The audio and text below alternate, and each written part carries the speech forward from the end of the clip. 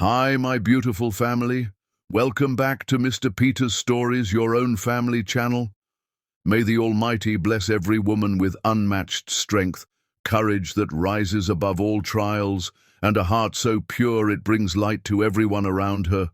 May your hands that nurture, your voices that guide, and your souls that sacrifice endlessly be honored every single day. You are the foundation of families, the quiet power that holds the world together, and the living proof of love in its highest form. I pray that your minds find peace, your bodies find health, and your spirits find joy that no sorrow can touch. May every hardship bow before your courage, every doubt be replaced with faith, and every tear turn into the glow of triumph. You deserve every blessing, every respect, and all the love that this world can give.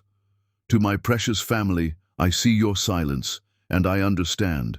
But please remember, every comment, every word from you means the world to me. I promise to read and reply to each one, because your presence strengthens me just as your strength inspires this family. If your heart is true, like the video. If your love is real, write, "I am with Mr. Peter." Angela Cheadle had rehearsed this moment 100 times during the flight home. How Jake's face would light up when she told him his dying business was saved. How he'd hold her like he used to, but nothing prepared her for the sound of her best friend moaning his name in their bedroom. The taxi pulled away from the curb, leaving her standing in the driveway of the house she'd bought with her own money before she ever met Jake Cooper. Christmas lights twinkled along the roofline, white and elegant, nothing like the colorful chaos she usually preferred. Someone else had decorated her home. 6 months. She'd been gone 6 months, buried in dusty UK legal archives and stuffy solicitor offices, fighting a case that seemed impossible until it wasn't. Her aunt's cryptic deathbed note had led her down a rabbit hole of stolen family history, land seized from her great-great-grandfather during a corporate swindle that would make modern hedge funds blush. The case had consumed her, especially when she discovered the property's current value. Every sleepless night, every missed call to Jake that went to voicemail, every lonely hotel room in London, all of it had been worth it because she was about to save the man she loved from financial ruin. The leather portfolio tucked under her arm contained documents that would change their lives. $1.04 billion. She'd won. The settlement was hers, legally airtight, ready to transfer. Jake's construction company owed $2 million to creditors who were circling like sharks. She'd planned to walk in, kiss her husband, lay the documents on their kitchen table, and watch his face transform from the stress-worn mask he'd been wearing for the past year into something resembling hope. Instead, she heard laughter through the front door. Female laughter, Tessa's laughter.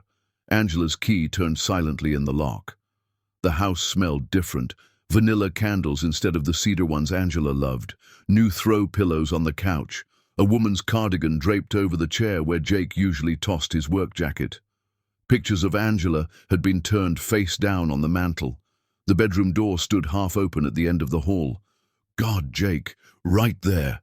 Angela's body moved on autopilot. Her heels made no sound on the hardwood floors. She'd refinished herself 2 years ago. Through the crack in the door, she saw them. Jake's back, muscles flexing with effort, and beneath him, Tessa's face twisted in pleasure against Angela's pillow.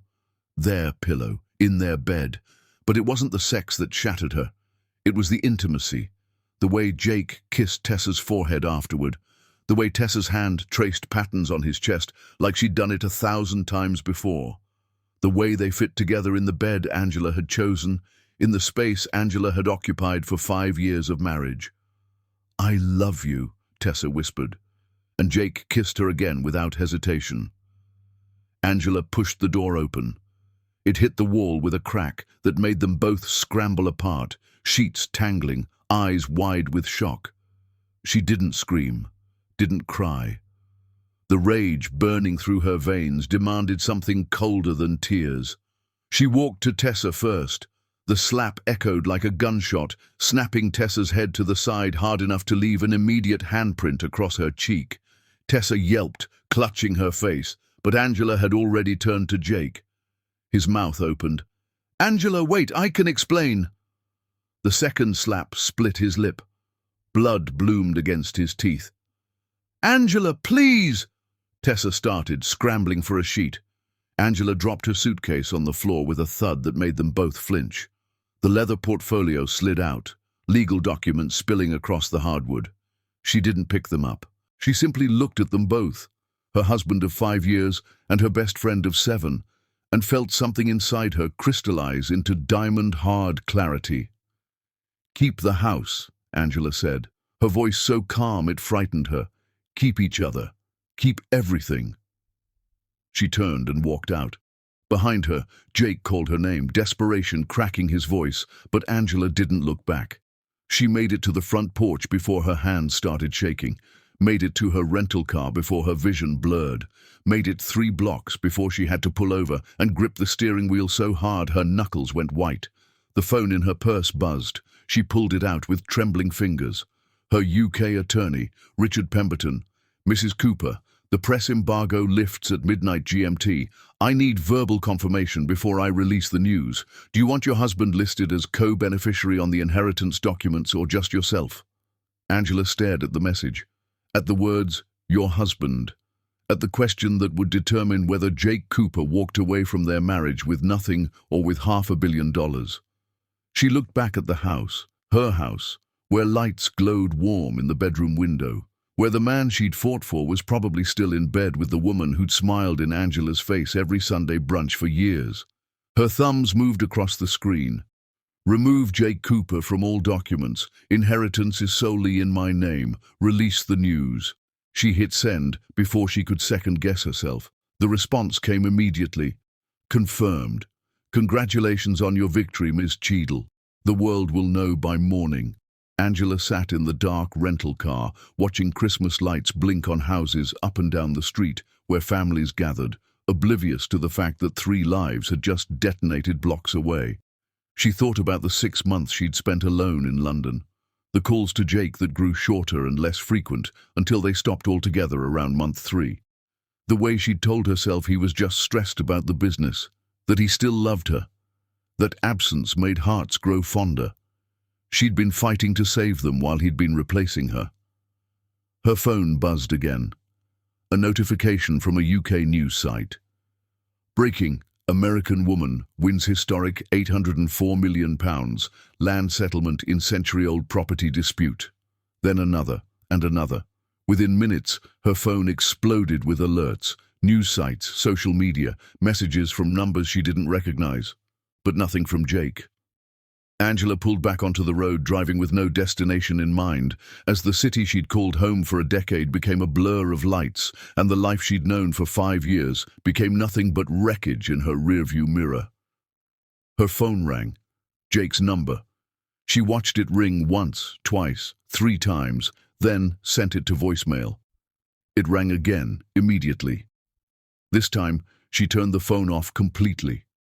By the time she checked into the Peninsula Hotel an hour later, using a credit card that bore only her maiden name, the story had gone international. The front desk clerk's eyes widened in recognition, but Angela silenced him with a look that could cut glass. "Penthouse suite," she said, "and I don't want to be disturbed." In the elevator, she caught her reflection in the mirrored walls. The same woman who'd left for London 6 months ago, but not. Her eyes held something they hadn't before, something sharp and unbreakable.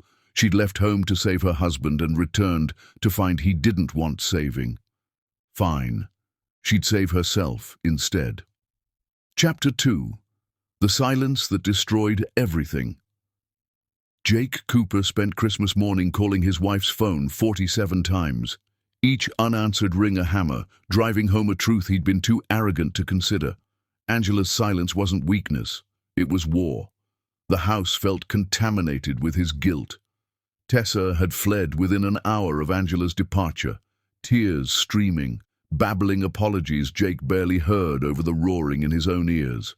He'd sat on the edge of the bed, their bed, Angela's bed, staring at the suitcase she'd dropped. At the leather portfolio with documents he couldn't fully comprehend, spilling across the floor. He'd picked them up with shaking hands, legal letterhead from Pemberton and Associates London, settlement agreements, property transfers, numbers that made his vision swim because they couldn't possibly be real. $1 billion.04. His phone rang at 6 in the morning on Christmas Day. His mother's voice, shrill with panic. "Jacob Andrew Cooper, tell me what I'm seeing on the news isn't real. Tell me you did not cheat on Angela the week she became a billionaire." "The week?" Jake's voice cracked. "Mum, I didn't know. The whole world knows now. It's on every channel. Chicago woman wins historic UK land case worth over $1 billion. And there's your wife's face, Jake. Your wife, who you haven't seen in 6 months because she was overseas fighting for—" Her voice broke. "Oh my God, she was fighting for your future. She was going to save your business." Jake's stomach lurched. He ran to the bathroom and vomited until nothing came up but bile and self-loathing. By noon, his business partner Marcus had called 3 times, demanding to know why Jake never mentioned his wife was about to inherit a fortune that could save their company. By 2, his creditors were calling with sudden willingness to restructure payment plans. By 4, 3 different investors wanted meetings. Everyone wanted a piece of Angela's money. Everyone assumed Jake had access to it. No one understood that he'd incinerated his access the moment he'd kissed Tessa Thompson. Jake tried Angela's phone again. Straight to voicemail. He tried her email. Her social media. All silent.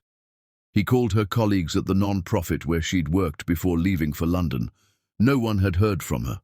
He called hospitals, terrified she'd done something desperate. Nothing. Angela Cheadle had vanished as completely as if she'd never existed, leaving behind only the shell of a marriage and a suitcase full of billion-dollar documents that bore only her name. Tessa came back that evening, eyes swollen from crying. "Jake, we need to talk." "Not now, Tessa. It can't wait." Her voice shook. "The baby. I need to tell you something about the baby." Jake's head snapped up. Tessa was 3 months pregnant, or so she'd told him when she'd moved in 4 months ago, seeking refuge after her divorce. The pregnancy had been the catalyst that transformed their friendship into something else. She'd been vulnerable. He'd been lonely. And Angela had been an ocean away, her calls growing shorter, her attention consumed by legal battles Jake hadn't understood. "What about the baby?" Jake's voice came out flat. Tessa's hands twisted together. "I need to take a paternity test." The words hung in the air like smoke from a fire already burning out of control. "What?" Jake whispered. "My ex-boyfriend. The contractor you hired for the kitchen renovation last spring. We slept together a few times before I told him I wanted to try again with my husband. It ended badly. Then I found out I was pregnant and the timing. I thought it was his, but then you and I—" She was crying again, mascara tracking down her face. "I convinced myself it was yours because I wanted it to be yours. Because you were kind to me when no one else was." Jake stared at her. This woman he'd destroyed his marriage for. This woman he'd thought he loved. This woman who'd looked at him like he hung the moon while Angela's attention had been fragmented across 3,000 miles and a court case he'd dismissed as family estate nonsense. "Get out," he said quietly. "Jake, get out of my house. Get out of Angela's house. Get the hell out." Tessa grabbed her purse, stumbling toward the door. I'm so sorry. I never meant—" "You never meant to get caught." Jake's voice was ice. "None of us did. But here we are." After she left, Jake sat in the living room Angela had decorated with careful attention to every detail. The bookshelf she'd arranged by color because it made her smile. The plants she'd nurtured with the same patience she'd given their marriage. The framed photo from their wedding day, where Angela's smile had been so bright it hurt to look at now. His phone buzzed. A text from an unknown number, but he recognized Angela's attorney's formal tone from the letterhead he'd seen. "Mr. Cooper, divorce papers will be delivered via courier tomorrow at 10 a.m. Please ensure you're present to sign for them." Jake's hands trembled as he typed, "Can I talk to her? Please, I just need to explain." The response came swift and brutal. Mrs. Cheadle has instructed me to inform you that there is nothing you can say that she needs to hear. She was coming home to save you. You chose to destroy her instead. Those are her words, not mine. Please be ready to sign tomorrow." Jake read the message 7 times, each word a nail in the coffin of his marriage. His business partner called again. "Jake, man, have you talked to Angela? Do you think she'd consider investing in—" Jake hung up. His mother called.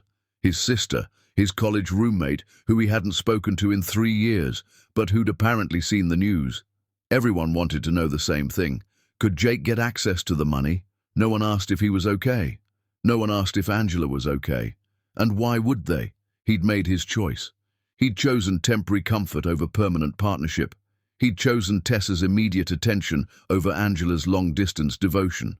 He'd chosen to stop calling his wife because her voice had sounded tired and distracted, never once considering that she was tired from fighting for their future. Jake pulled out his laptop and searched Angela's name. The internet had exploded. Hundreds of articles, photos of Angela leaving the London courthouse, looking exhausted but triumphant. Timelines of the case, how she'd discovered hidden documents in her deceased aunt's estate, how she'd pursued the claim despite lawyers telling her it was impossible, how she'd spent 6 months building an ironclad case that had culminated in one of the largest private property settlements in UK history. 6 months. Every day of those 6 months, she'd been fighting. And every day, Jake had been letting her go. One article included a quote from her UK attorney. Ms. Cheadle's dedication to this case was extraordinary. She worked 18-hour days, rejected multiple early settlement offers that would have made her wealthy but not whole, and refused to give up even when the opposing counsel tried every trick to break her. She told me, "This isn't about the money. This is about justice for my family and security for my future." She's a remarkable woman. Jake's eyes burned. Security for my future. She'd meant security for their future, for the business he'd built and she'd believed in, for the life they'd planned, and he'd torched it all because he was lonely. The courier arrived exactly at 10 a.m. the next morning. Jake signed for the thick manila envelope with hands that shook so badly he could barely hold the pen. Inside, divorce papers. Clean, clinical, devastating. Angela was filing on grounds of adultery and fraud. Fraud. Jake scanned the documents until he found it. The mortgage he'd taken out on the house using both their names. The house that Angela had owned free and clear before their marriage. The mortgage company had required both signatures. Jake had forged Angela's. He remembered that day. The business had been hemorrhaging money. He'd needed capital. The house had so much equity. He'd told himself Angela would understand, that he'd tell her once the business stabilized, that it was his house too now that they were married. He'd never told her, and now it was fraud. The settlement terms were stark. Angela kept the house, her inheritance, and everything she'd brought into the marriage. Jake got nothing except his business debts and a bill for $340,000, the fraudulent mortgage plus interest and damages. There was a handwritten note paper-clipped to the final page. Angela's handwriting, the loops and curves he'd seen on birthday cards and grocery lists and love notes left on the bathroom mirror. "I was coming home to save you. You chose to destroy us instead. Keep the house. I'm keeping my future." Jake signed every page. What else could he do? Fight her in court? Drag this out? Beg for mercy from the woman whose heart he'd shredded? He boxed up the signed documents and called the courier. As the man drove away, Jake's phone buzzed with a news alert. Billionaire heiress Angela Cheadle, spotted at Chicago charity gala with empire builder Dominic Ashford. New romance? The photo showed Angela in a black gown that hugged her curves, laughing at something a tall, distinguished man was saying. She looked radiant, powerful, nothing like the tired, hopeful woman who'd walked into their bedroom days ago. Jake stared at the photo until his vision blurred. She'd already moved on, and he was still drowning in the wreckage of what he'd destroyed. Chapter 3. The Queen Learns Her Power. Angela had spent 6 months watching British lawyers dismantle corporate empires in courtrooms. Now she understood that real power wasn't rage, it was precision. The Peninsula Hotel penthouse had become her war room. Floor-to-ceiling windows overlooked the Chicago skyline, the city sprawling beneath her like a kingdom waiting to be claimed. 3 laptops sat open on the dining table, each screen displaying a different aspect of her carefully orchestrated dismantling of the life she'd left behind. Her UK attorney, Richard Pemberton, appeared via video call with his characteristic British punctuality. "Ms. Cheadle, the settlement funds have transferred to your account. I've taken the liberty of connecting you with Westbrook Private Wealth Management. They're expecting your call." "Thank you, Richard." Angela's voice was steady, betraying none of the vertigo she'd felt watching 9 zeros appear in her bank balance. "Send me their information. And Richard, remove the Mrs. Cooper from all my documents. It's Ms. Cheadle or nothing." "Already done. Though I must say I'm impressed with how you're handling this. Most people in your position would be falling apart," Angela finished. "I did that already, behind closed doors where it belongs. Now I'm moving forward." After the call ended, Angela turned to the second laptop where a forensic accountant named Diana Foster presented her findings via screen share. "Ms. Cheadle, the mortgage your husband took out on your property was definitively fraudulent. The signature authentication firm confirmed someone forged your name. Illinois law is clear. This constitutes fraud and identity theft." Angela's jaw tightened. "He used my house as collateral without my knowledge." "Worse. He told the mortgage company you were aware and consenting. There are emails in the file claiming you'd verbally approved but were traveling for work. He impersonated you to the loan officer over the phone, claiming to be you calling from London to confirm." The betrayal cut deeper than the adultery somehow. Tessa had been a moment of weakness. But this was calculated theft. This was Jake gambling with her security because he'd stopped seeing her as a partner and started seeing her as a resource. "What are my options?" Diana's smile was sharp. "Legally, you can press criminal charges. Financially, you're entitled to full restitution plus damages. The divorce settlement covers the financial aspect, but if you want to pursue criminal charges, no." Angela cut her off. The word surprised even herself. "I don't want him in jail. I want him to understand what he lost. Prison would make him a victim. This way, he has to live with being the man who destroyed $1 billion marriage for a woman carrying another man's baby." Diana's eyebrows rose. "You know about the paternity issue?" "I have my sources." Angela didn't mention the private investigator she'd hired, the same one who'd confirmed Tessa had moved into Angela's house while Angela's paychecks from the non-profit were still auto-depositing to cover the mortgage Jake had fraudulently secured, the same investigator who'd documented Tessa's vehicle receiving a resident parking permit for their gated community, not a visitor pass.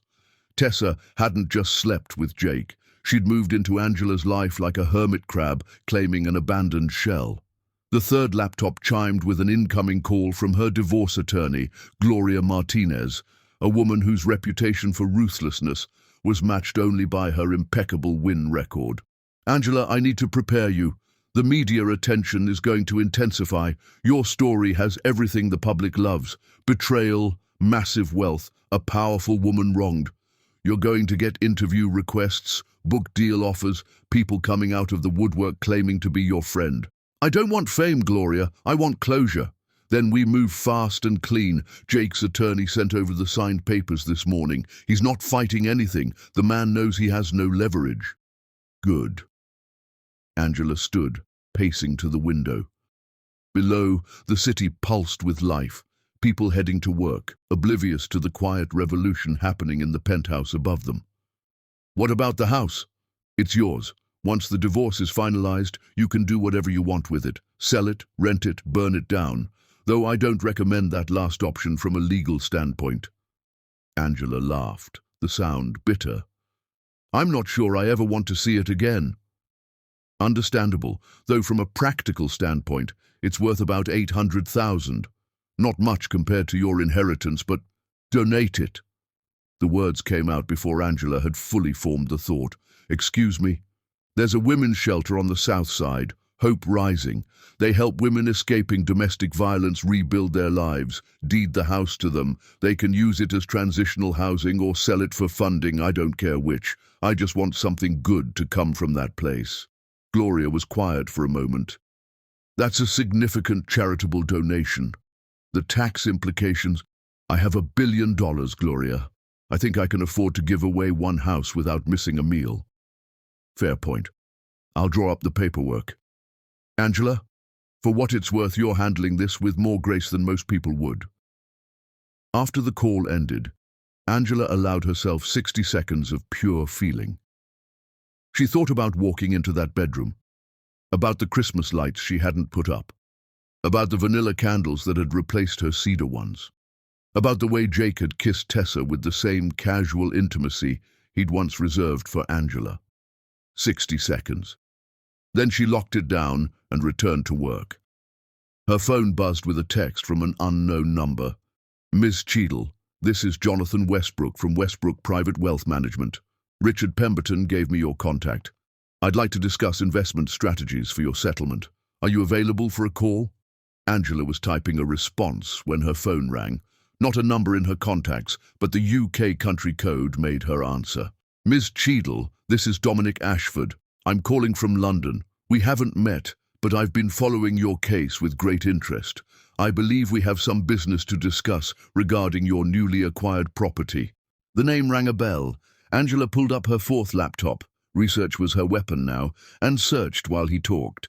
Dominic Ashford, British Ghanaian venture capitalist, founder of Ashford Development Group, net worth estimated at $2 billion, specializing in sustainable urban development, divorced twice, no children, reputation for brutal business tactics tempered by genuine commitment to community impact projects.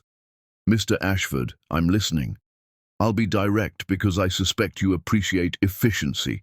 Your land in the UK, the property you just won, is adjacent to a development my firm has been planning for 3 years. Your victory complicated my timeline, but it also presents an opportunity. I'd like to propose a partnership. I'm not interested in selling. I'm not interested in buying. His accent was crisp, professional, with an undercurrent of something sharp. I want to build with you. Mixed-use development, sustainable housing, community spaces. You have the land. I have the expertise and capital to develop it properly. We split the profits and create something that actually matters. Angela pulled up his company's portfolio. The projects were stunning. Modern design integrated with green spaces, affordable housing mixed with luxury units, community centers anchoring each development. Not the soulless glass boxes that dominated most urban development. Why would I partner with you instead of developing it myself? Because you've spent the last 6 months fighting for that land in court, and you're about to spend the next several months fighting a very public divorce. You're brilliant enough to have won $1 billion case, but you're not a developer. I am, and I don't waste time on projects that don't work. If I'm proposing this, it's because the numbers and the vision both make sense. The audacity should have offended her. Instead, she found herself intrigued. I'm in Chicago, Mr. Ashford. I'll be in Chicago tomorrow evening. There's a charity gala at the Drake Hotel, Children's Medical Research Foundation. Are you attending? Angela pulled up her calendar. The invitation had arrived months ago, back when she'd been on the foundation's board. Before London, before everything. I wasn't planning to. Consider attending. We can have a conversation that doesn't waste either of our time. If you're interested, meet me there. If not, I'll pursue alternative sites for my development, and you can sit on $1 billion worth of vacant land while paying UK property taxes. He hung up before she could respond. Angela stared at her phone, something like amusement cutting through the armor she'd built. The man had nerve. Most people were treating her like broken glass, tiptoeing around her pain. Dominic Ashford had treated her like a business equal with something he wanted. She called Gloria back. That gala tomorrow night at the Drake. Can you get me on the list? You're already on the list, Angela. You've been on the board for 2 years. Right, I need a dress. Something that makes a statement. What kind of statement? Angela looked at her reflection in the darkening window. The woman staring back wasn't the one who'd left for London 6 months ago. That woman had been softer, more willing to bend, more concerned with keeping peace than demanding respect. This woman was something new, something forged in betrayal and tempered in British courtrooms. The kind that says, "I'm not a victim," Angela said quietly. "I'm a threat." Chapter 4. The man who challenged her, Dominic Ashford, had built 3 empires from nothing and married the wrong woman twice. He recognized survivors because he was one. The Drake Hotel ballroom glittered with Chicago's elite crystal chandeliers, casting fractured light across designer gowns and rented tuxedos. Dominic nursed a whiskey at the bar, watching the crowd with the practiced eye of someone who'd learned early that the most interesting people were never the loudest. He saw Angela Cheadle the moment she entered. The black gown should have been simple, sleeveless, high neck, fitted to her curves, but on her it became armor. She moved through the crowd with her head high, ignoring the whispers that followed in her wake. Everyone knew who she was, the betrayed billionaire, the woman scorned, the year's most scandalous story. She didn't look scorned. She looked dangerous. Dominic approached as she accepted a champagne flute from a passing waiter. "Ms. Cheadle, Dominic Ashford." Angela turned, and up close he could see the intelligence in her dark eyes, the set of her jaw that spoke of decisions made and held. "Mr. Ashford, you're persistent, I'll give you that. Persistence is underrated, so is directness, which is why I'm going to ask you something most people here are too polite to say out loud." He leaned slightly closer. "You just won £800 million in a property settlement. What's your plan? Sell it to the highest bidder and live off the interest, or actually build something?" Angela's eyes narrowed. "You don't know me well enough to make assumptions about my ambitions." "You're right, I don't. But I know you spent 6 months fighting a case that 3 different law firms told you was unwinnable. I know you rejected 2 settlement offers, one for £50 million, one for £200 million, because you wanted full vindication, not compromise. That tells me you're not interested in easy money, you're interested in winning. Winning and building aren't the same thing? No, but they require the same qualities: vision, stubbornness, willingness to bet on yourself when everyone else is betting against you." Dominic sipped his whiskey. "I've done my research on you, Ms. Cheadle. Before your marriage, you ran a non-profit that increased donations by 400% in 3 years. You have an MBA from Northwestern. You speak 3 languages. And then you married a man who convinced you to put your career on hold to support his." Angela's face hardened. "Careful, Mr. Ashford. You're approaching territory that's none of your business." "You're right. I apologize. I'm not interested in your marriage or your divorce, except for how it affects your availability for business decisions. And right now, you're sitting on property that could become a landmark development or a very expensive patch of grass. I want to know which you choose." "Why do you care?" "Because my firm has been planning a development adjacent to your land for 3 years. Your case disrupted my timeline, but it also created an opportunity. Alone, my property makes a decent project. Combined with yours, we could create something transformative. Mixed-use development, sustainable design, affordable housing integrated with market-rate units, community spaces that actually serve communities instead of just looking good in architectural magazines." Angela studied him with an expression he couldn't quite read. "And you want to partner with me because?" "Because you have something I need. And I have something you need. You have prime London property with development rights already approved from your court settlement. I have 20 years of development experience and relationships with contractors, architects and city planners who can turn that land into something worth far more than your settlement. We partner, split the profits, and both walk away with more than we started with." "You make it sound simple." "It's not. Nothing worth doing is simple, but it's possible if you're willing to work for it instead of just sitting on your victory." Angela's jaw tightened. "You have a lot of opinions about what I should do with my property." "I do. And if they offend you, Walk away and I'll pursue alternative sites, but I think you're too smart to make decisions based on offense instead of opportunity." A photographer approached, camera raised. "Miss Cheadle, can I get a photo for the Tribune?" Angela turned, her smile automatic and professional, and Dominic stepped back to give her space. The flash went off. Then again. The photographer thanked her and moved on. But Dominic noticed the tension in Angela's shoulders, the way her smile dropped the moment the camera turned away. "You hate this," he said quietly. "Hate what?" "Being the story. Everyone knows what happened. Everyone has an opinion. You can't go anywhere without being recognized as the woman whose husband cheated the week she became a billionaire." Angela's laugh was sharp. "You really don't believe in small talk, do you? Life's too short. I've wasted enough time on polite lies. I'm 52 years old, Miss Cheadle. I've been divorced twice, both times because I chose business over marriage. Both times my ex-wives were justified in leaving. I learned something from that pain. There's no point pretending to be something you're not. I'm a builder. It's what I do well. Relationships, apparently, not so much." That's remarkably honest. It's efficient. I'm not looking for romance. I'm looking for a partner who can match my vision and my work ethic. Everything I've read about you suggests you could be that person. If I'm wrong, tell me now and we'll both save time. Angela tilted her head, studying him. "You're not what I expected." "What did you expect?" "Someone who'd treat me like I'm made of glass. Someone who'd tiptoe around the scandal and offer sympathy I don't want."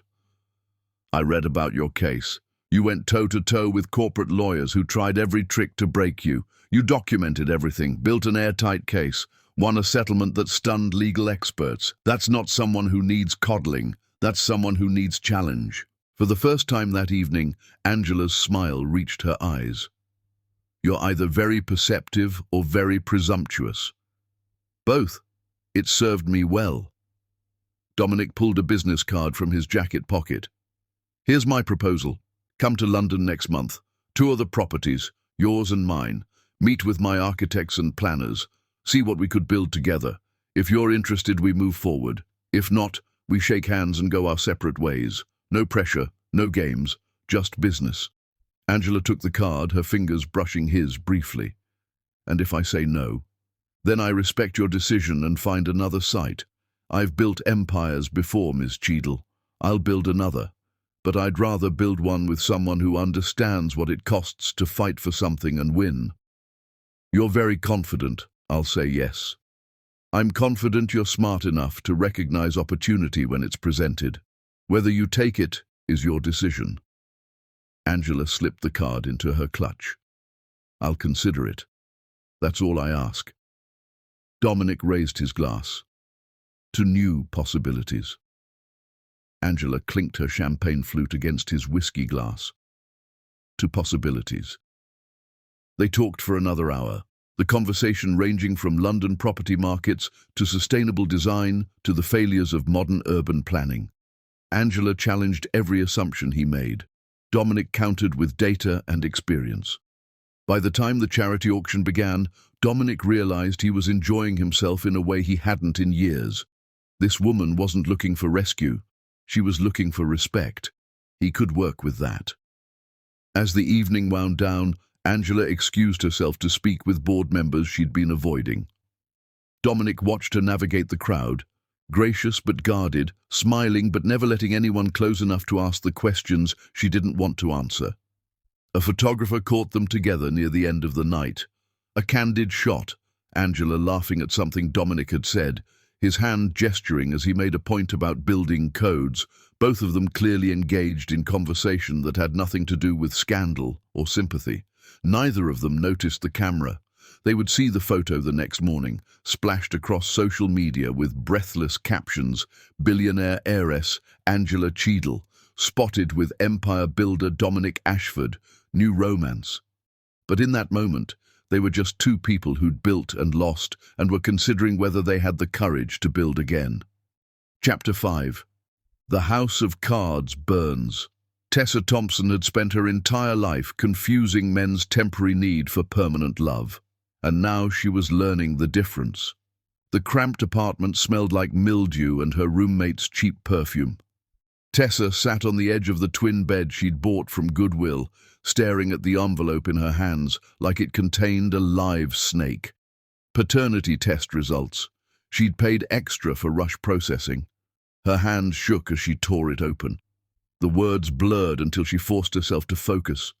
Probability of paternity, 0%. Jake Cooper was not the father of her baby. Tessa's phone buzzed with a call from her mother. She sent it to voicemail, just like she'd done with the previous 15 calls. Her family had seen the news. Everyone had seen the news. The woman, Jake's wife, became a billionaire, and Jake had been in bed with Tessa. The internet had been brutal. Her full name, her photo, her LinkedIn profile, all of it dissected by strangers who didn't know her and didn't care to. Home-wrecking slut. She deserves everything she gets. Hope karma hits her hard. Karma had arrived with clinical efficiency via DNA test. Another message notification, this one from her ex-boyfriend, the contractor whose child she was actually carrying. Saw the test results. Want nothing to do with this. Don't contact me again. Tessa deleted it and immediately regretted it because now she had no proof he'd acknowledged paternity, which meant no child support, which meant she was completely alone. Her phone rang again. Jake's number. She answered before thinking it through. Tessa, the test results? I know. Her voice came out hollow. I'm sorry. I convinced myself that if you lied convincingly enough, it would become true. Jake's laugh was bitter. Yeah, I'm familiar with that strategy. Didn't work out well for either of us. Jake, please. I didn't mean for any of this to happen. I was just lonely, desperate, jealous of what Angela and I had. His voice sharpened. I've spent the last week trying to figure out when it started, when you stopped being Angela's friend and started being whatever this was. Tessa closed her eyes. She could see it perfectly. The slow erosion of boundaries. The coffee dates, where she'd complained about her failing marriage, and Jake had listened. The evening he'd invited her over for dinner, when Angela called to say she'd be staying in London another month. The bottle of wine that became two. The way his hand had brushed hers, reaching for the same glass. The kiss that she'd initiated, but he hadn't stopped. It started the night you asked me to help pick out Angela's birthday present, Tessa whispered. You said you wanted to get her something special because she'd been gone so long. We spent 3 hours shopping. You told me about your business struggles. I told you about my divorce, and I remember thinking, he sees me. He actually sees me, Tessa. And then Angela's birthday came and went, and she didn't come home. She sent a voice message thanking you for the necklace, but she was too busy with depositions to video call. And you looked so defeated, Jake, so lonely, and I thought, she doesn't appreciate him. She doesn't see what she has. So you decided to take it. I decided to give you what she wasn't. Tessa's tears finally came, hot and humiliating. Attention, presence, someone who put you first. I told myself I was being a good friend, that you deserved better, that if Angela really loved you, she'd be here. And the pregnancy? Tessa's shame crystallized into something solid in her chest. I found out I was pregnant the week before I told you. I'd slept with my ex twice, angry, stupid mistakes after another fight with my husband. Then my marriage imploded and I needed somewhere to stay, and you offered Angela's house, and I thought, you thought you'd trap me with a baby that wasn't mine. I thought I could make it real. If you believed it was yours, if we built a life together, then it would be true in all the ways that mattered. The DNA wouldn't change that you loved me, or that I loved you, or that we could be a family. Jesus Christ, Tessa, do you hear yourself? I hear how it sounds. But Jake, you loved me too. Don't pretend you didn't. Those 4 months we had, that was real. Jake's silence stretched so long Tessa thought he'd hung up. Then, you're right, I did love you, or I loved who I thought you were. A woman who needed me, who made me feel important when my wife made me feel forgotten. But it wasn't real, Tessa. It was two lonely people using each other to fill holes we should have fixed ourselves. It could have been real if Angela hadn't. Don't. Jake's voice turned to ice. Don't you dare blame Angela for this. She was fighting to save our future while we destroyed it. She spent 6 months in a foreign country, working 18-hour days, sleeping in cheap hotels, building a case that would solve every financial problem I had, and I repaid her by sleeping with her best friend in her bed. She abandoned you. She was working. She was fighting for us, and I couldn't handle being alone for 6 months like an adult, so I replaced her with you. Jake's voice cracked. We're both pathetic, Tessa. The only difference is I'm starting to understand that, and you're still making excuses. The line went dead. Tessa sat in the silence of her sad little apartment, one hand on her belly where a child grew, a child who would never have a father, whose mother had destroyed every meaningful relationship in her life, chasing a fantasy of being chosen. Her phone buzzed, a text from her sister. "Mom's in the hospital, heart attack, they're saying stress, hope you're happy." Tessa dropped the phone like it burned. Over the next several days, the world Tessa had known dissolved completely. Her family refused to see her, blaming her scandal for their mother's health crisis. Her friends stopped returning calls. The job she'd been interviewing for withdrew their offer after further consideration. Her social media became a wasteland of strangers' hatred. She tried reaching out to Angela one final time, sending an email she spent hours composing. "I don't expect forgiveness. I don't deserve it, but I need you to know, I never meant to hurt you. I was jealous and weak, and I convinced myself Jake loved me when he just loved not being alone. Watching what you've built after I helped destroy your marriage taught me what strength actually looks like. I hope someday I can show my daughter the same." The response came from Angela's attorney. "Ms. Cheadle has instructed me to inform you that you are not to contact her again through any channel. Further attempts will be considered harassment. This is your only warning." Tessa read it 3 times before she finally understood. Angela wasn't going to punish her with legal action or public humiliation or revenge. She was going to do something far more devastating. She was going to treat Tessa like she didn't exist. No rage, no vendetta.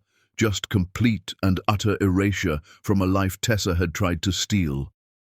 That night, Tessa packed the few possessions she'd taken from Angela's house, a sweater left in the dryer, a book borrowed and never returned, a coffee mug Jake had given her that she now realized had been Angela's favorite. She boxed them up and left them at a donation center, unable to look at the reminders of her worst self. She'd wanted to be seen, to be chosen, to matter to someone. Instead, she'd made herself invisible to everyone who'd ever cared. Chapter 6. The truth she didn't want to hear. Angela had spent 6 months watching British lawyers dismantle corporate empires in courtrooms, but Dominic forced her to ask a harder question. Had she been a partner or a ghost? London in springtime was everything the brochures promised. Blooming gardens, temperate weather, streets humming with possibility. Angela stood on the rooftop of Dominic's offices in Canary Wharf, surveying the property that had consumed her legal battle and the adjacent land his firm had been developing. Several months had passed since the charity gala.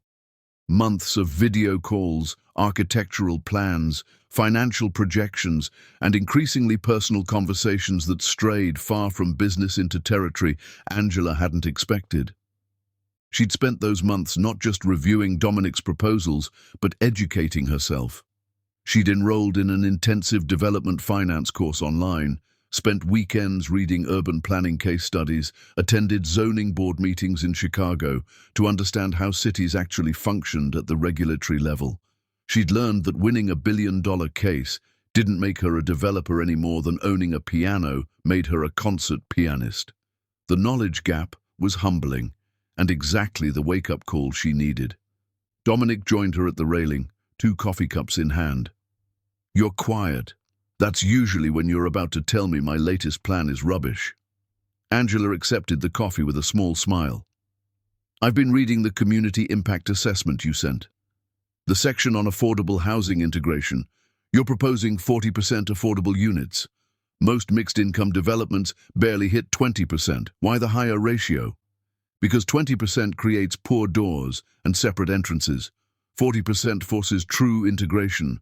The economics still work if we're smart about density and material choices." He studied her. You've been doing your homework. I spent the last month reading every book on sustainable development I could find. Took an online course in development finance. Attended 3 Chicago zoning hearings to understand how approval processes actually work. Angela sipped her coffee. You were right when we met. I'm not a developer. I was just someone sitting on valuable land. But I can learn. I have been learning. Dominic's expression shifted, surprise mixed with something that looked like respect. Most people in your position would hire consultants and trust their expertise. You're actually studying the fundamentals. I don't want to be a passive investor who signs where you tell me to sign. If we're doing this, I need to understand what we're building and why every decision matters. The financial models, the zoning implications, the community impact, all of it. She turned to face him fully. I spent 6 months becoming an expert in 19th century property law to win that case. I can spend time becoming competent in development. Not just competent. You've been challenging my assumptions in our calls. That question last week about stormwater management, my own engineers hadn't caught that potential issue because I read 3 case studies about developments that flooded due to inadequate drainage planning. I'm not trying to be difficult. I'm trying to be useful. You're succeeding. Dominic set down his coffee. Which brings me to something I've been wanting to ask you. Are you moving too fast, or are you running from something you don't want to face? The question landed like a stone in still water. What do you mean? Your marriage. You talk about Jake's betrayal, about what he did, about Tessa's role in it, but you never talk about your part. Angela's spine straightened. My part? I was in London fighting for our future while he was destroying it. What exactly is my part in his decision to cheat? Nothing. His betrayal is entirely his responsibility. But marriages don't just die from infidelity. They die from neglect, from 2 people drifting apart and neither one fighting to close the gap. Dominic's voice was gentle but unflinching. 6 months is a long time to be apart. Did you make time for him during that period? Real time, not just quick calls about logistics? I was working 18-hour days. So was I during both my marriages. It's an excuse, not a reason. Angela, I'm not defending what Jake did. I'm asking if you've thought about what you didn't do. Angela's coffee cup trembled slightly in her hand. I called him. I tried. How often? Once a week? Twice? And when he didn't answer, did you try harder, or did you tell yourself he was stressed and let it go? The truth sat heavy in Angela's chest. Jake's calls had become shorter around month 2. Distracted. He'd stopped asking when she was coming home and started just accepting that she wasn't. And she'd let him. She'd told herself he understood, that he was giving her space to work, that he was supporting her by not complaining about her absence. She'd never asked if he was okay, if he was lonely, if he needed her. I assumed he'd wait, Angela whispered. I assumed our marriage was strong enough to survive 6 months apart. Maybe it would have been, or maybe it was already struggling and neither of you wanted to acknowledge it. I don't know, I wasn't there. But Angela, I've watched you build financial models and dissect contracts and argue with architects for months now. You're brilliant at analyzing systems and finding weaknesses. Have you applied that same analysis to your marriage? This feels uncomfortably like therapy. It's not. It's business. Dominic's smile was wry. We're about to enter a partnership that will require trust, communication, and the ability to handle conflict without running. Before we do that, I need to know you've dealt with your past, because if you're still running from it, that affects my risk assessment. Angela laughed despite herself. You're really comparing our business partnership to marriage counseling. I'm saying both require the same skills: honesty, accountability, willingness to examine your role in failures instead of just blaming the other party. He paused. My first wife left me because I chose a building project in Dubai over her father's funeral. My second wife left me because I forgot our anniversary 3 years running. Both times, I blamed work, told myself they knew who I was when they married me, told myself I couldn't help being driven. But the truth was, I could have tried harder. I could have hired a better second in command. I could have set boundaries. I could have admitted that I was using work as an excuse not to deal with the emotional demands of marriage. I wasn't a victim of my ambition. I was hiding behind it. The words cut close to truths Angela had been avoiding. She thought about the nights in London when she'd worked until she was too exhausted to think. The way she'd thrown herself into the case with an intensity that left no room for anything else. The relief she'd felt when Jake's calls became less frequent because it meant she didn't have to explain why she was choosing work over coming home. I told myself I was fighting for us, Angela said quietly. But maybe I was fighting for me, for the victory, for the validation of winning an impossible case. That doesn't make you a bad person. It makes you human. And it doesn't excuse what Jake did. Nothing does. But it might explain why your marriage was vulnerable when temptation arrived. Angela was quiet for a long moment, watching clouds drift across the London skyline. You're not what I expected when you called me. What did you expect? Someone who'd let me stay comfortable in my victimhood. Someone who'd tell me I was blameless and remarkable, and Jake was an idiot who didn't deserve me. You are remarkable. Jake's betrayal was inexcusable, but you're also someone who's capable of introspection and growth.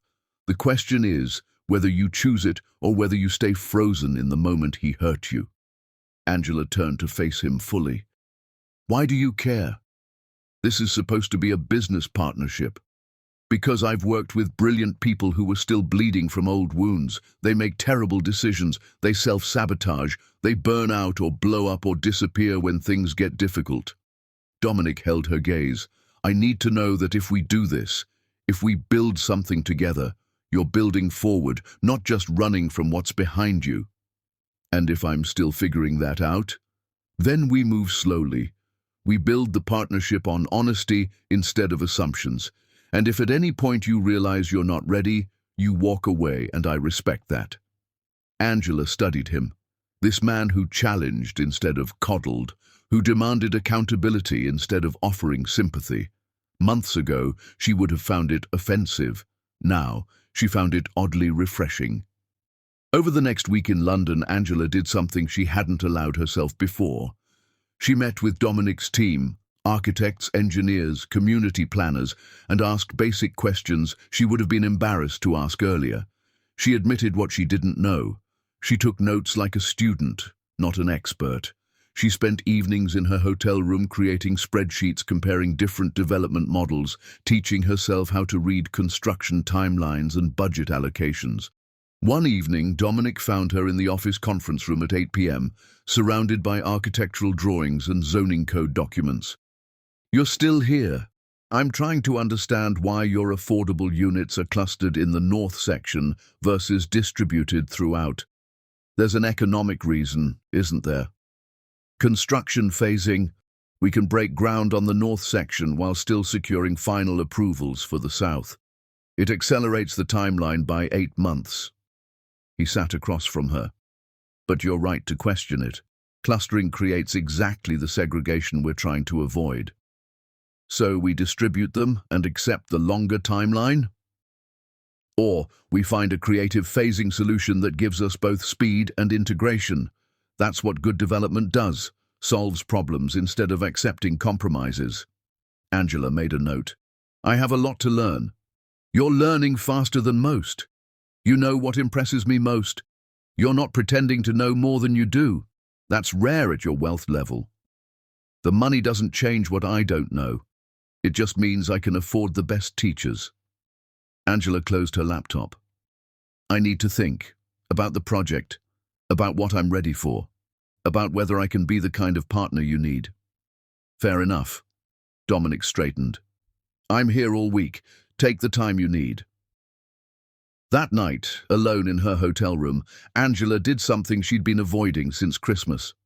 She sat down with a notebook and wrote out the timeline of her marriage's collapse. Not the dramatic ending, the slow erosion that had made the ending possible. Month 1 in London. Called Jake every day. He sounded stressed. She worked longer hours to finish faster. Month 2. Calls became every other day. Jake stopped asking when she was coming home. She told herself he was being supportive. Month 3. Weekly calls, mostly logistics. She discovered a major breakthrough in the case and stayed up 2 nights straight documenting it. Forgot to call on their anniversary. Jake didn't mention it. Month 4. Tessa moved in.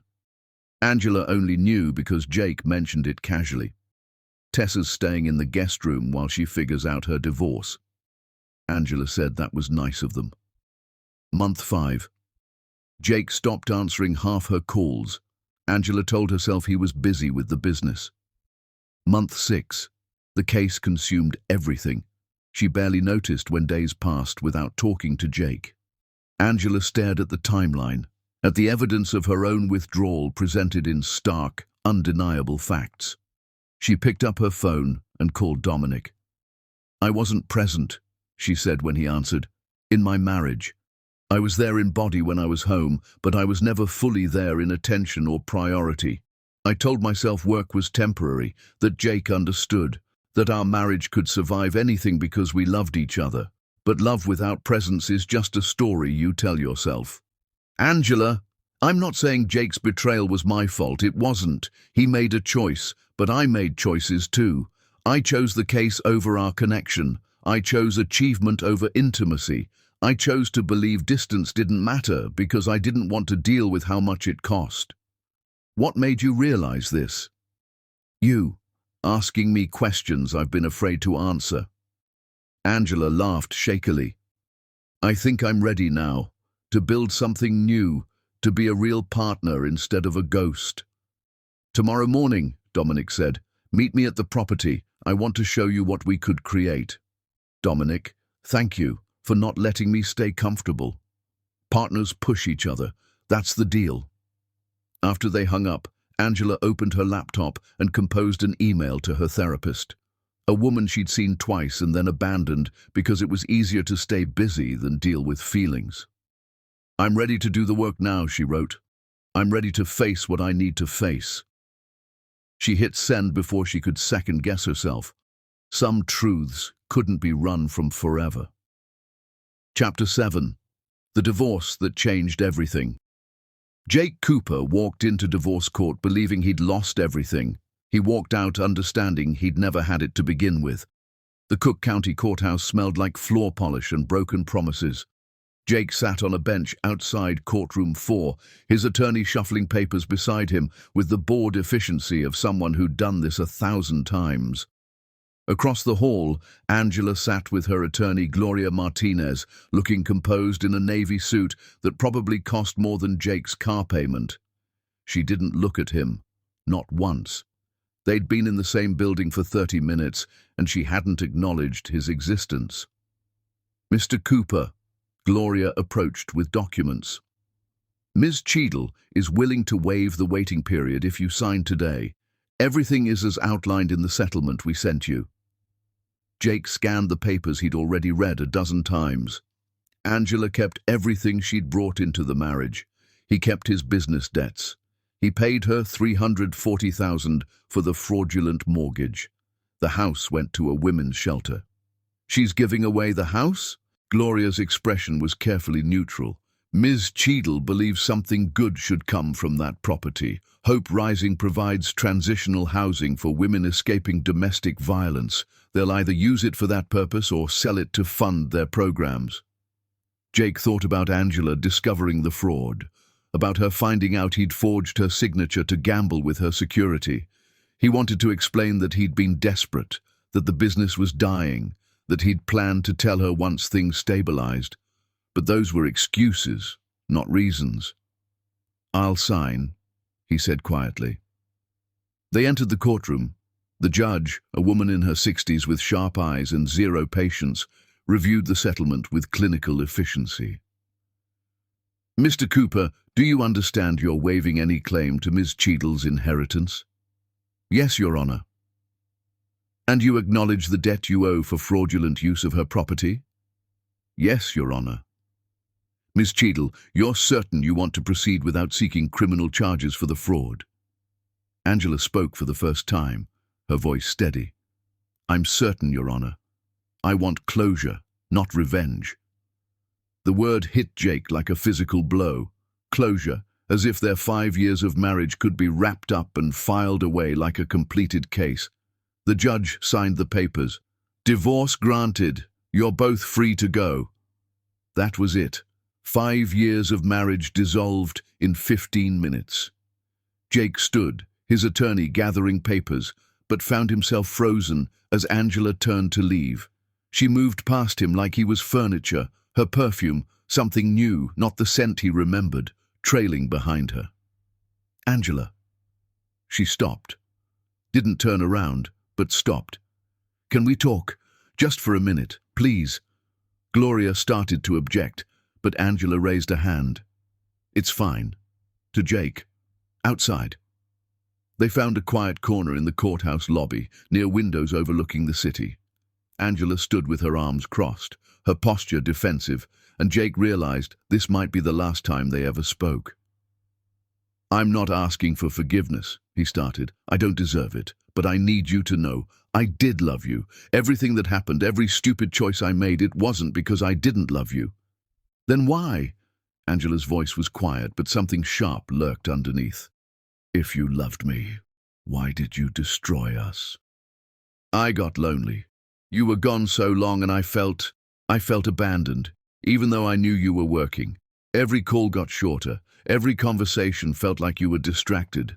And Tessa was there, and she listened, and she made me feel seen when I felt invisible to you. So you replaced me. I tried to fill a hole that I should have talked to you about instead. I was weak and selfish, and I convinced myself you didn't care anymore because it was easier than admitting I was failing at handling your absence like an adult. Jake's throat tightened. But Angela, you weren't there. Not really. Even when we talked, you were somewhere else. In legal documents, in strategy, in London. You were fighting for our future, but you stopped fighting for our present. Angela's jaw tightened. So this is my fault? No. God, no. My betrayal is entirely my responsibility. I'm just saying, our marriage was dying before I killed it. We both stopped trying. I stopped communicating my loneliness. You stopped being present. We both chose other priorities over each other and then acted surprised when the marriage collapsed under the weight of neglect. I was working to save you. I didn't need saving, Angela. I needed my wife. I needed you to ask if I was okay. To make time for me that wasn't about logistics or business. To fight for our connection instead of assuming it would wait forever. Jake's voice cracked. I'm not saying what I did was justified. It wasn't. But we both failed this marriage. The difference is I failed it in a way that was unforgivable. Angela was quiet for so long, Jake thought she wouldn't respond. Then, you're right. What? You're right. I wasn't present. I told myself the case was temporary, that you understood, that our love was strong enough to survive anything. But I didn't put in the work to keep it strong. I let calls get shorter. I let distance become normal. I chose achievement over intimacy because it was easier and more rewarding. She finally looked at him, and her eyes were dry but devastated. I loved you, Jake, but I also forgot to show it. And by the time I remembered, it was too late. They stood in silence, two people who'd promised forever and delivered destruction instead. I see you're working with Dominic Ashford, Jake said finally. The news coverage. You look happy. Or at least less broken than I feel. I'm not happy. I'm just moving forward. Building something new because I can't stay frozen in the moment you hurt me. Is it serious? Between you two? Angela's smile was sad. It's honest. It's honest. We're building a partnership on respect and challenge instead of comfort and assumption. I don't know where it goes, but I know it's different than what we had. Different how?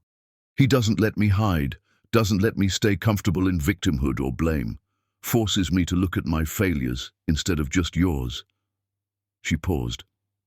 You and I, we were good at comfort, at assuming we'd always be okay. We were terrible at the hard conversations. I miss you, Jake whispered. I know.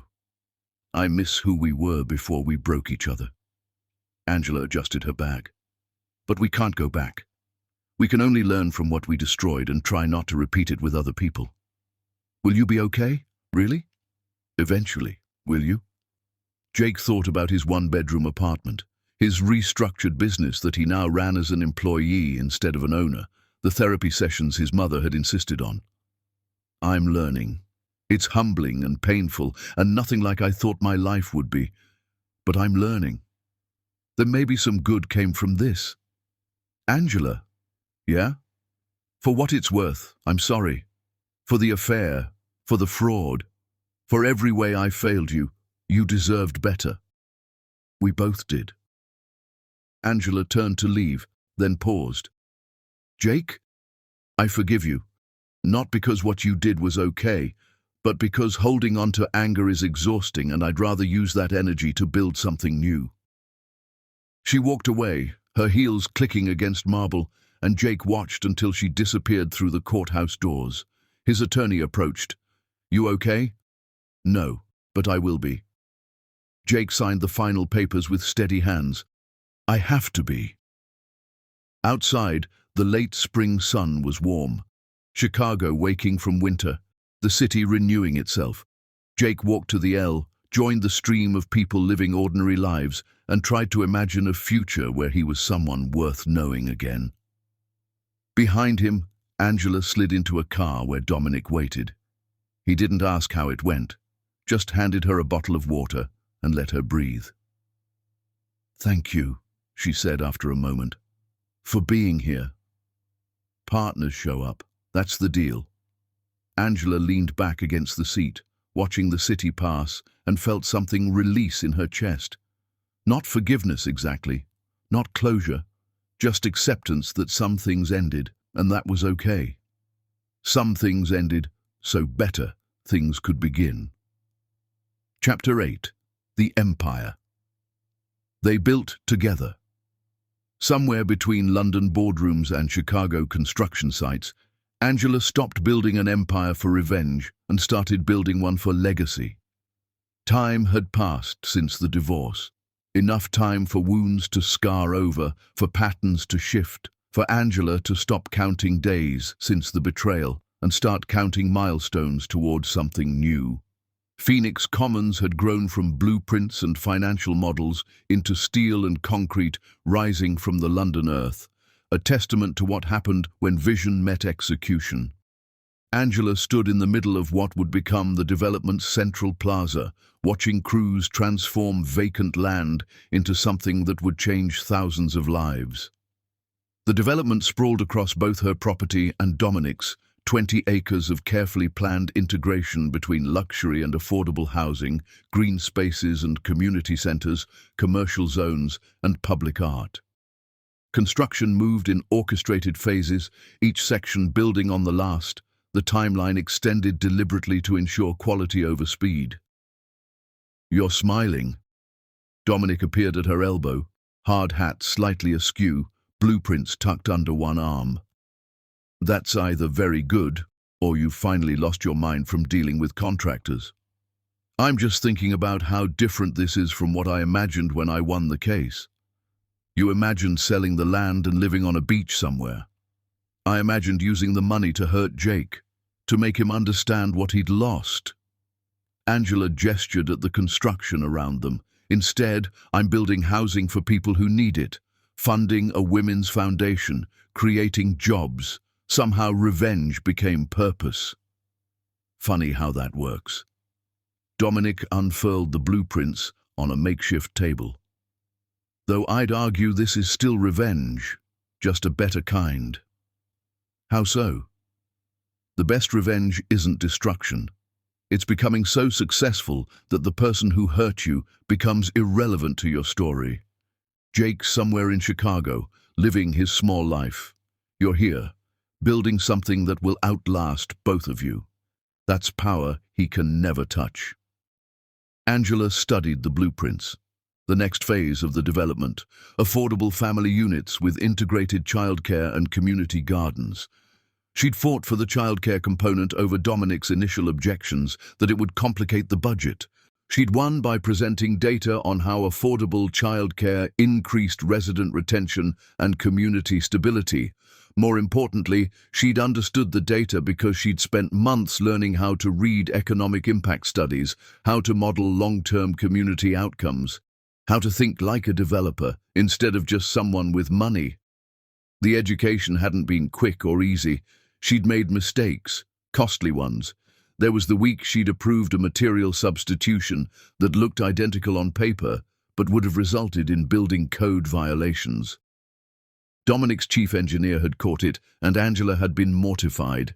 Instead of hiding the error, she'd called a team meeting, admitted her mistake, and asked for a tutorial on material specifications. The team had respected her for it. "When we started this, I thought it was just business," Angela said. "Now it feels like it matters, like it's the thing I'm meant to be doing. Not just because it's profitable, though God knows the returns are exceeding projections, but because it's changing people's lives in tangible ways." That's the difference between building for ego and building for impact. Dominic pointed to the southern section. "Speaking of impact, the Women's Foundation is requesting a meeting about expanding the transitional housing program. They want to name the facility after you." "Absolutely not. I funded it, but it's not about me." "They're going to insist you donated your house, plus matched their annual budget for the foreseeable future. That's transformational support." "I don't want recognition, I want results." Dominic smiled. "Which is why they want to honor you. Angela, you realize you've become something rare, right? A billionaire who actually uses their wealth to create meaningful change instead of just accumulating more wealth." "I learned from the best." She nudged his shoulder.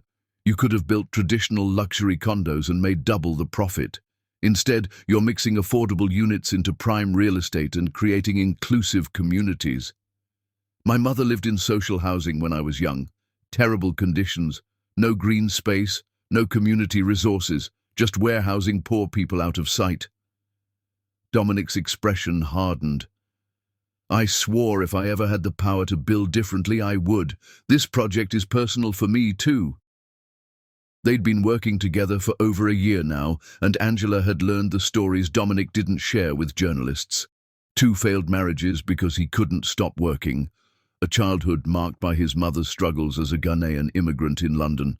Building his first fortune by age 30, losing it to a bad partnership by 32, rebuilding it by 35, every success earned through brutal work and hard lessons. The relationship between them had evolved slowly, carefully, without the rush that had characterized Angela's marriage to Jake. They'd established ground rules early: honesty over comfort, challenge over accommodation, individual therapy to handle their respective baggage instead of expecting the relationship to heal old wounds. They fought, often intensely, about design decisions, budget allocations, community priorities.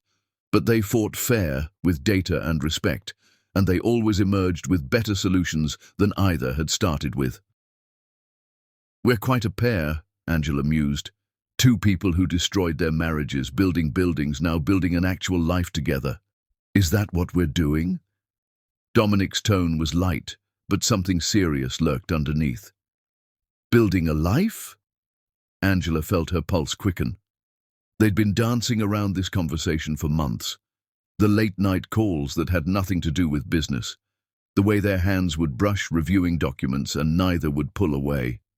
The hotel room in Barcelona during a development conference where they'd kissed for the first time and then spent 3 hours talking about whether they were ready for this. "I think we might be," Angela said carefully, "though I'm terrified of repeating old mistakes." "Me too. Which is why we do this differently than we did before." "How?" "Honestly. If work is consuming me, you call me on it. If you're withdrawing, I push you to talk. We build this relationship with the same attention we're building Phoenix Commons, carefully, intentionally, with solid foundations before adding complexity. That's remarkably unromantic. Romance failed me twice. I'm trying practicality." Dominic turned to face her fully. "I'm not good at grand gestures, Angela. I'm good at showing up, at doing the work. at being present even when it's difficult. If that's enough for you, then I want to try this. If you need poetry and passion and someone who'll prioritize you over business, I'm not your man. What if I need someone who respects my ambition instead of resenting it? Someone who challenges me to be better instead of asking me to be smaller? Someone who understands that work isn't the enemy of intimacy if you're building something together? Then I'm definitely your man. Angela kissed him there in the middle of the construction site, hard hats slightly in the way, dust from excavation coating everything, the sound of heavy machinery providing the least romantic soundtrack imaginable. It was perfect. Ms. Cheadle, a site manager, approached with a tablet. We've got an issue with the foundation pour in section C. Concrete isn't setting right. Angela pulled back with a laugh. And we're back. This is what I mean about showing up. Dominic took the tablet, reviewing data. The dramatic moments are easy. It's the concrete problems that test relationships. They spent the next 4 hours solving the foundation issue, arguing about solutions with the intensity that had defined their partnership from the start. Angela held her own now in these technical discussions, not because she'd magically become an engineer, but because she'd learned enough to ask the right questions and understand the implications of different answers. By the time they reached resolution, Angela was exhausted and exhilarated in equal measure. This was what partnership looked like when you built it right, not effortless. Nothing worth having was effortless, but collaborative, respectful, real. Over the following months, they refined their rhythm. Time split between London and Chicago, depending on which project needed attention. Weekends reserved for actual rest, a revolutionary concept for both of them. Therapy sessions they attended individually to deal with their respective baggage instead of expecting the relationship to heal old wounds. They were learning to be people who existed outside of work, who could sit quietly together without needing to fill the silence with productivity. It wasn't always smooth. There were arguments that left them both frustrated. Angela's tendency to withdraw when overwhelmed clashed with Dominic's need to process everything verbally. His workaholic patterns would resurface during high-stress periods, triggering Angela's fears of abandonment. But they'd committed to working through the friction instead of running from it. My therapist asked me something interesting, Angela said one evening in Dominic's London flat, wine glasses in hand, city lights sprawling below. She asked if I was with you because I love you or because you're safe. And both, I think. You're the safest risk I've ever taken. You're someone I trust not to betray me, but also someone who won't let me hide from hard truths. You're comfortable in the best ways and challenging in the necessary ones. My therapist asked if I was capable of prioritizing you over work when it matters. Are you? I'm learning to be. Yesterday, when you called during that council meeting about zoning variances, I stepped out. My old self would have sent you to voicemail and called back later. My new self realized that you wouldn't call during a meeting unless it was important. It wasn't important. I just missed your voice. Dominic smiled. Then I made the right choice. By the time Phoenix Commons approached completion, Angela and Dominic had been together for over a year. Not married, neither was rushing into that particular institution again, but committed in ways that mattered more than legal documents. They'd weathered construction delays, budget overruns, regulatory challenges, and personal conflicts. They'd built something real, both in concrete and in connection. Angela walked through the completed sections of the development one evening, Dominic beside her, both of them taking in what they'd created. Families moved into finished units, children played in completed parks, community spaces buzzed with activity. The vision had become reality, imperfect but functional, ambitious but achievable. You know what's wild? Angela said. If Jake hadn't cheated, none of this exists. I'd still be in Chicago, probably supporting his business, never fighting for that land case, never building anything of my own. Butterfly effect. One betrayal, thousands of lives changed. I'm not saying I'm grateful he cheated, but I'm grateful for who I became after, for the strength I didn't know I had, for the vision I never would have pursued if I'd stayed comfortable. Think you'll ever talk to him again? Probably not. We said what needed saying in the courthouse. Anything after that is just revisiting pain. Angela leaned into Dominic's shoulder. I hope he's okay, though. I hope he learned something. I hope he's building a better version of himself, too. That's generous. It's honest. Hating him takes energy I'd rather use building things that matter. They stood in comfortable silence as the sun set over Phoenix Commons, painting the buildings in shades of gold and amber. I have something to ask you, Dominic said quietly. Angela's heart jumped. If this is a proposal, we should discuss. It's not. Well, it is. Just not that kind. He pulled an envelope from his jacket. I want you to be my full business partner. Not just Phoenix Commons, everything.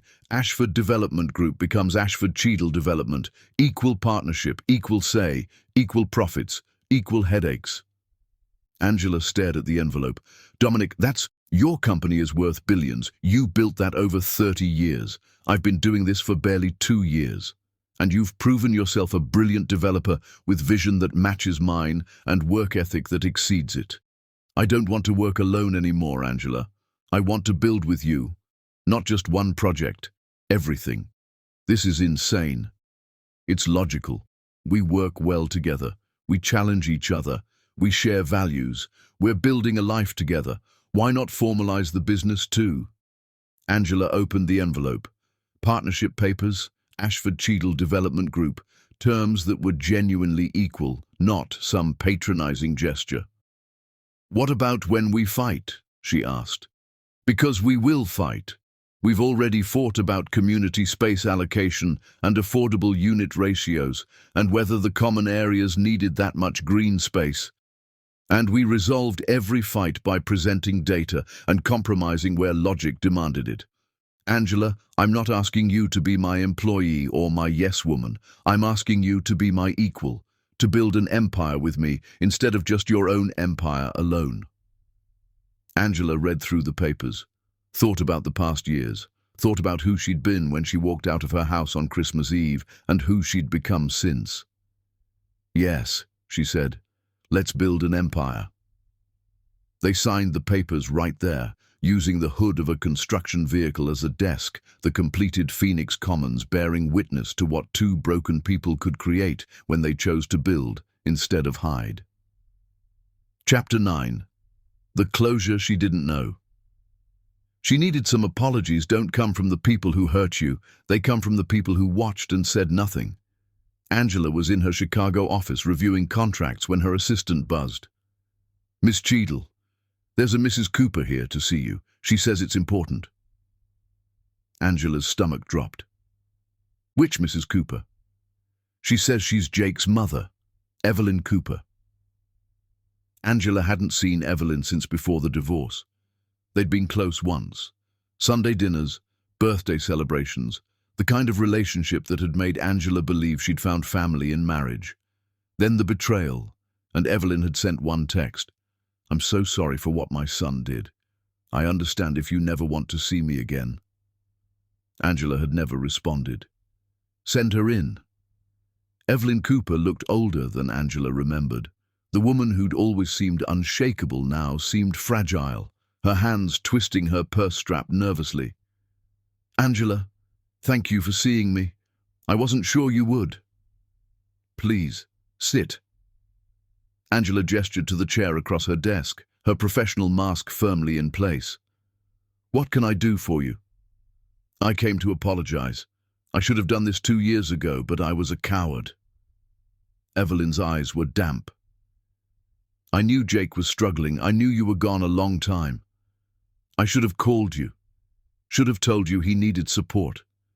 Should have stepped in before everything fell apart. Instead, I stayed quiet and told myself it wasn't my place to interfere. Evelyn, you're not responsible for Jake's choices. No, but I'm responsible for mine. I raised him to be entitled, to believe things would work out because they always had. I never taught him to communicate when he was struggling or to fight for what mattered. I made excuses for him his whole life, and when he destroyed the best thing that ever happened to him, I stayed silent because I didn't know how to admit I'd failed him as a mother. Angela sat back, surprised by the raw honesty. You didn't fail him. Adults make their own choices. But children become those adults based on what we teach them. I taught Jake that his feelings were always valid, that his needs should be prioritized, that the women in his life should accommodate him. I never taught him that marriage was work, that partnership required sacrifice, that love was a verb, not a feeling. Evelyn's voice cracked. I made him into someone who could betray you and then blame you for being gone too long. That's my failure. Why are you telling me this? Because you deserve to hear it. Because I've watched you build an incredible life these past years. The foundation, Phoenix Commons, your partnership with Dominic. I've seen you transform pain into purpose while my son is still struggling to become someone worth knowing. And I realized I never told you I was proud of you, that you were the daughter I never had, that losing you was the worst consequence of Jake's betrayal, even worse than losing the money. Angela felt her throat tighten. Evelyn, I'm not asking for your forgiveness or your friendship. I just needed you to know that I failed you too, and I'm sorry. You were family to me, and I threw that away by staying silent when I should have fought for you both. They sat in silence for a moment, two women connected by love for a man who'd hurt them both in different ways. How is Jake? Angela asked quietly. Rebuilding, slowly. He's in therapy, sold the construction company and now works for someone else. Says he needed to learn to be an employee before he could be trusted as a leader again. Evelyn managed a small smile. He's dating someone. Nice woman, very patient. He's taking it slow, learning to communicate instead of assuming. It's humbling for him. I'm glad he's working on himself. Are you happy? Evelyn asked. Really? Angela thought about Dominic, about Phoenix Commons, about the foundation supporting hundreds of women, about the life she'd built from wreckage. I'm building something real, something mine, something that matters. So yes, I think I am. Then maybe some good came from the pain. Maybe. Angela stood, extending her hand. Thank you for coming, for saying what you needed to say. Evelyn stood, but didn't take Angela's hand. Instead, she pulled her into a hug. I'm proud of you. You should know that. Somewhere in this city is a young woman who lost everything, and you're showing her that she can build it all back better. That matters more than you know. After Evelyn left, Angela stood at her office window, watching the city move below. Her phone buzzed, a text from Dominic. Dinner tonight? Need to discuss something important. Angela smiled. With Dominic, important could mean anything from a business crisis to what color napkins for the Phoenix Commons opening. That evening over Thai food in Dominic's apartment, he pushed a small box across the table. Before you panic, it's not a ring. Angela laughed and opened it. Inside, a key. It's to my place here and in London. I'm not asking you to move in. We both need our space and we've agreed on that. But I want you to have access, to feel like both places are yours too, even when I'm not there. This feels significant. It is. I'm learning to share my space, which my therapist assures me is growth. Dominic's smile was wry. I'm also terrified I'll revert to workaholic hermit tendencies, and you'll realize you've committed to someone fundamentally broken. You're not broken, you're just built differently, and so am I. Angela pocketed the key. We're two people who destroyed marriages by choosing work over presence. Now we're choosing to do both. That's not broken. That's evolved. Tomorrow's the Phoenix Commons opening. International press. Thousands of people. Our biggest project debut. Nervous? Excited? Terrified? Proud? Dominic reached across the table, taking her hand. Grateful I'm doing this with you instead of alone. Me too. They spent the evening reviewing final details for the opening, arguing about speech length and photo opportunities, with the comfortable rhythm of partners who'd learned to work in tandem. Later, as Angela was leaving, Dominic caught her hand. One more thing. After tomorrow, after all the press and celebration, I think we should take a real vacation. No laptops, no projects, just us. Somewhere quiet, learning to be people who don't only exist through work. That sounds terrifying and necessary.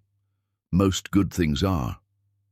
Angela drove home through Chicago streets, past the house she'd once owned that now served as transitional housing for women rebuilding their lives.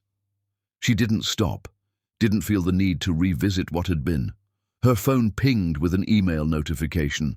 Subject line, Phoenix Commons Impact Report, Preview. She opened it at a stoplight, early data showing resident satisfaction rates, community engagement metrics, economic impact on surrounding neighborhoods. Every number exceeded projections, but buried in the statistics was a testimonial from a single mother who'd moved into the affordable housing section. For the first time in my life, I'm living somewhere that wasn't designed to warehouse poor people out of sight. My kids have green space to play. I have childcare I can afford. My neighbors are doctors and teachers and artists and other single mums. We're not separated by income, we're mixed together like actual community.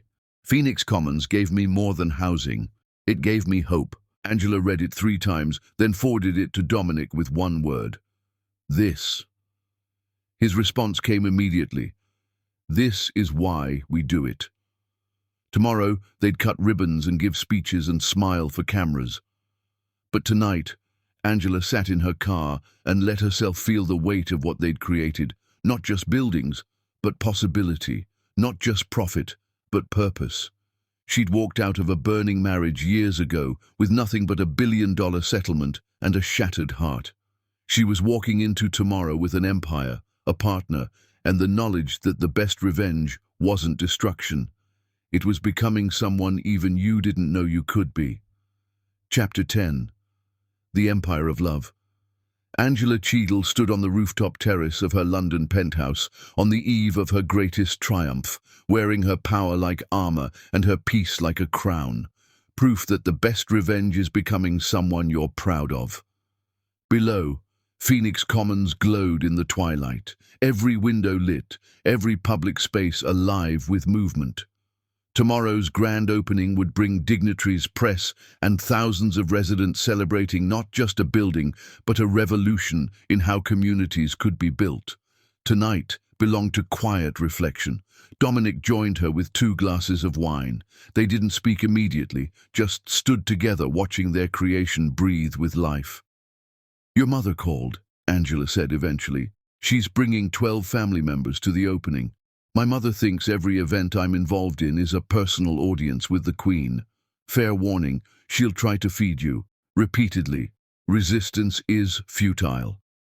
Angela laughed. Your family is wonderful, loud, but wonderful. They like you. My mother told me if I mess this up, she's keeping you and disowning me. Smart woman. Dominic turned to face her fully. Speaking of messing things up, we should talk about last week. Angela's stomach tightened. Last week they'd had their worst fight yet, about whether to expand into Asian markets, about workload distribution, about Dominic agreeing to a project without consulting her first. They'd both said things sharper than intended. Angela had left and hadn't called for 2 days. I'm sorry I shut down, Angela said. Old pattern. When conflict gets intense, I disappear instead of dealing with it, and I'm sorry I made a unilateral decision.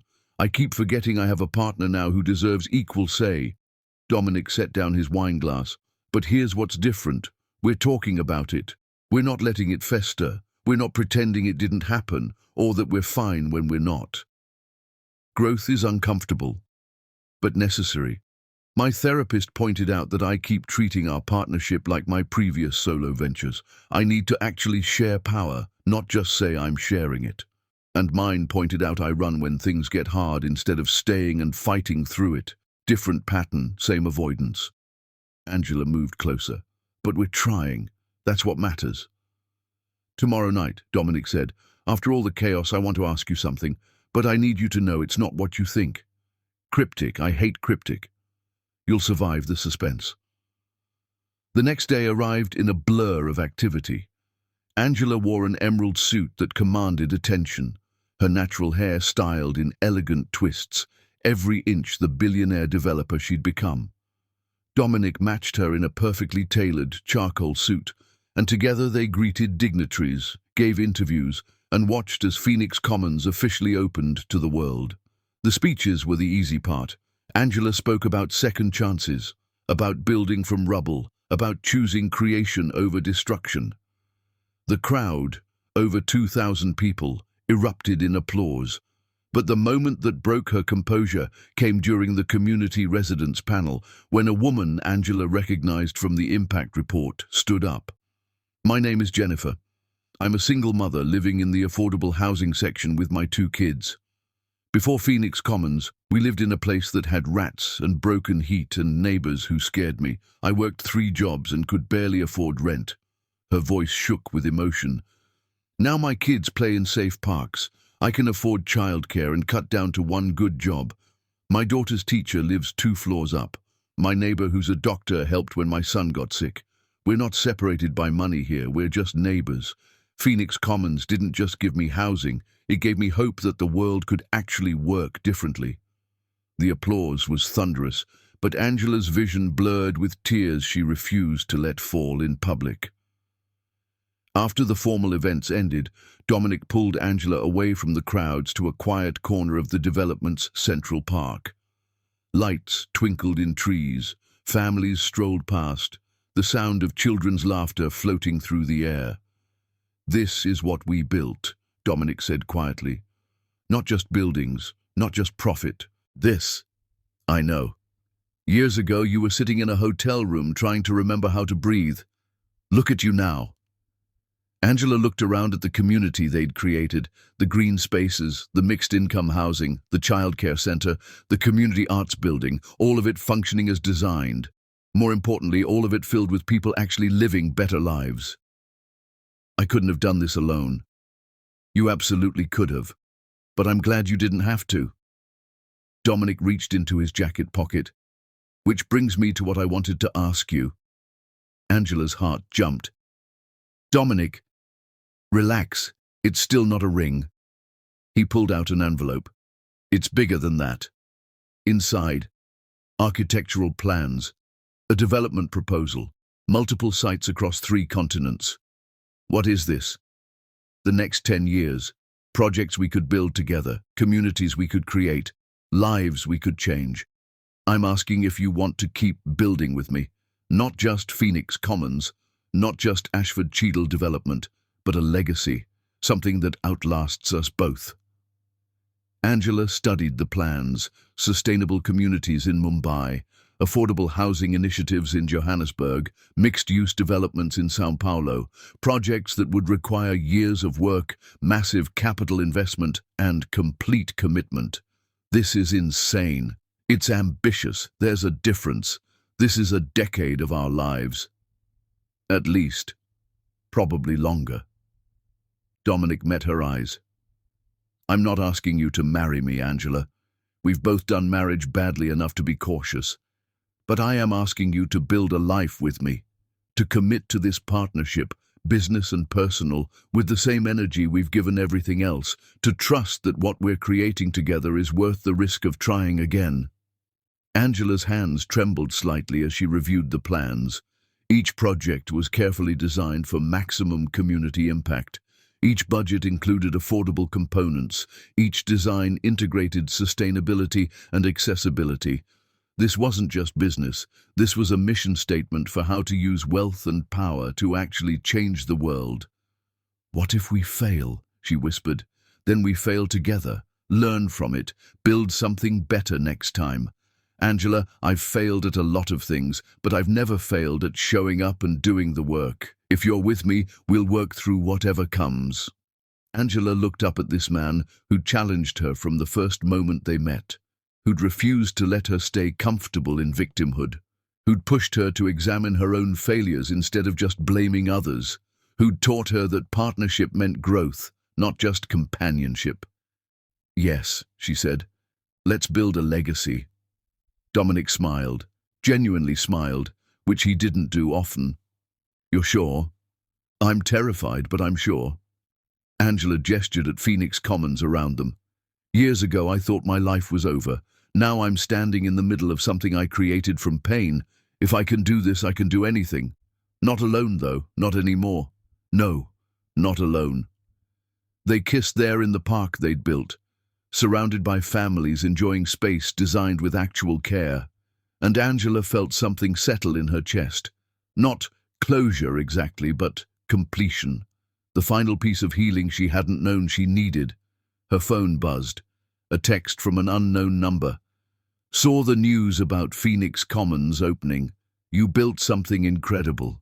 I'm proud of you, even though I have no right to be. Jake. Angela showed it to Dominic. He raised an eyebrow. You going to respond? Angela looked at the message, at the ghost of a life she'd left behind.